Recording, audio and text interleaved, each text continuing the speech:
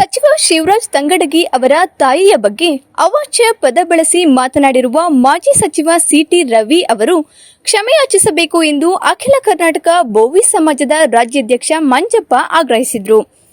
ನಗರದಲ್ಲಿ ಗುರುವಾರ ಬೆಳಗ್ಗೆ ಸುದ್ದಿಗಾರರೊಂದಿಗೆ ಮಾತನಾಡಿದ ಅವರು, ರಾಜಕೀಯ ಮಾಡುವುದಿದ್ದರೆ ಮಾಡಲಿ, ಅದನ್ನ ಬಿಟ್ಟು ಶಿವರಾಜ್ ತಂಗಡಗಿ ವಿರುದ್ಧ ತಂದೆಗೆ ಸರಿಯಾಗಿ ಹುಟ್ಟಿದ್ರೆ ಎಂಬ ಪದ ಬಳಸಿರುವುದು ಖಂಡನೀಯ ಎಂದರು.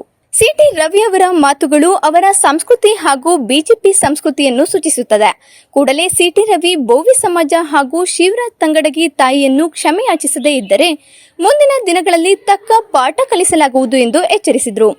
ವಾಕ್ ಸ್ವಾತಂತ್ರ್ಯ ಇದೆ ಅನ್ನೋ ಒಂದು ಮಟ್ಟಿಗೆ ಬಳಸುವಂತಹ ಪದಗಳು, ಅವಾಚ್ಯ ಪದಗಳು, ಅಶ್ಲೀಲವಾದ ಪದಗಳನ್ನ ಮಾನ್ಯ ಸಿಟಿ ರವಿ ಅವರು 25ನೇ ತಾರೀಕು ಇದೇ ದೃಶ್ಯ ಮಾಧ್ಯಮ ಹಾಗೂ ಪತ್ರಿಕಾ ಮಾಧ್ಯಮದೊಂದಿಗೆ ಸರ್ಕಾರದ ಸಚಿವರಾದಂತಹ ಶಿವರಾಜ್ ತಂಗಡಗಿ ಅವರ ತಾಯಿಯವರ ಬಗ್ಗೆ ಹೀನಾಪದ ಉಪಯೋಗಿಸಿ ಮಾತಾಡಿದ್ದಾರೆ. ಈಗ ಅವರು ಯಾವ ಸಂದರ್ಭದಲ್ಲಿ ಸಚಿವರು ಮಾತಾಡಿದಾರೋ ಆ ಸಂದರ್ಭದ ಬಗ್ಗೆ ಇವರು ವಿರೋಧ ಪಕ್ಷದಲ್ಲಿ ವಿರೋಧ ಮಾಡಿ ಅದಕ್ಕೇನು ಅಭ್ಯಂತರ ಇಲ್ಲ.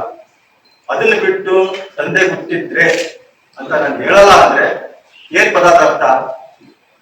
ಆ ಪದದ ಅರ್ಥ ಏನು? ಇಂಥ ಪದ ಹೀನವಾದ ಪದ ಆ ಸಚಿವರ ತಾಯಿ ಬೇಡಲ್ಲ, ಇವ್ರ ತಾಯಿ ವಯಸ್ಸು ಬೇಡಲ್ಲ ಅಂತ ಒಬ್ಬ ಹೆಣ್ಣು ಮಕ್ಕಳಿದೆ. ಇವರು ಇಂಥ ಹೀನ ಪದ ಬಳಸಿರೋದು ಬೋವಿ ಸಮಾಜ, ಕರ್ನಾಟಕದ ಬೋವಿ ಸಮಾಜ ಕಡಾಖಂಡಿತವಾಗಿ ಖಂಡಿಸ್ತಾ ಇದೆ. ಈ ವಿಚಾರದಲ್ಲಿ ರವಿ ಅವರು ಸಮಾಜದ ಕ್ಷಮೆ ಕೇಳಬೇಕು, ಕರ್ನಾಟಕ ರಾಜ್ಯದಲ್ಲಿ ಕ್ಷಮೆ ಕೇಳಬೇಕು.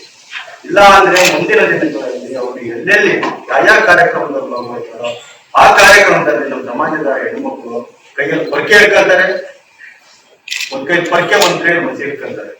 ಅದನ್ನ ನಾವು ಈ ಒಂದು ಮಾಧ್ಯಮ ಮುಖಾಂತರ ಎಚ್ಚರಿಕೆ ಕೊಡ್ತಾ ಇದ್ದೀವಿ. ಮಾನ್ಯವರೇ, ನಿಮ್ಮ ಸಂಸ್ಕೃತಿ ನಮ್ಮ ಸಚಿವರ ಸಂಸ್ಕೃತಿ ಬಗ್ಗೆ ಮಾತಾಡ್ತಿರಲ್ಲ, ನಿಮ್ಮ ಸಂಸ್ಕೃತಿ ಏನಂತ ಇದೆ?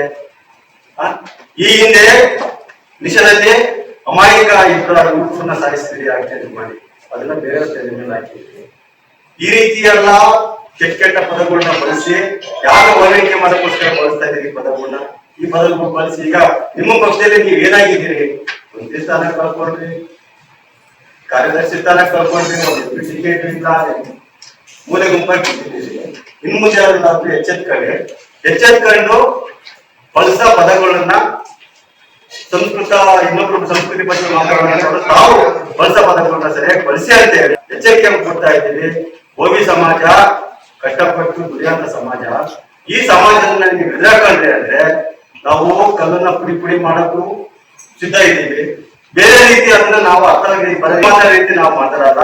ದಯವಿಟ್ಟು ಹೇಳ್ತಾ ಇದ್ದೀವಿ, ತಕ್ಷಣದಲ್ಲೇ ನೀವು ಆ ತಾಯಿ ಕ್ಷಮೆ ಕೇಳಬೇಕು. ತಾಯಿ ಕ್ಷಮೆ ಕೇಳಿ ಈ ಪದಗಳನ್ನ ನೀವು ಮುಂದೆ ಬಳಸಬಾರ್ದು ಅಂತೇಳಿ ನಾವು ಈ ಮುಖಾಂತರ ಆಗ್ರಹ ಮಾಡ್ತಾ ಇದ್ದೀವಿ. ಸುದ್ದಿಗೋಷ್ಠಿಯಲ್ಲಿ ಅಣ್ಣಪ್ಪ, ಕೇಶವಮೂರ್ತಿ, ರವಿಕುಮಾರ್, ಸೋಮಶೇಖರ್ ಇತರರು ಇದ್ದರು.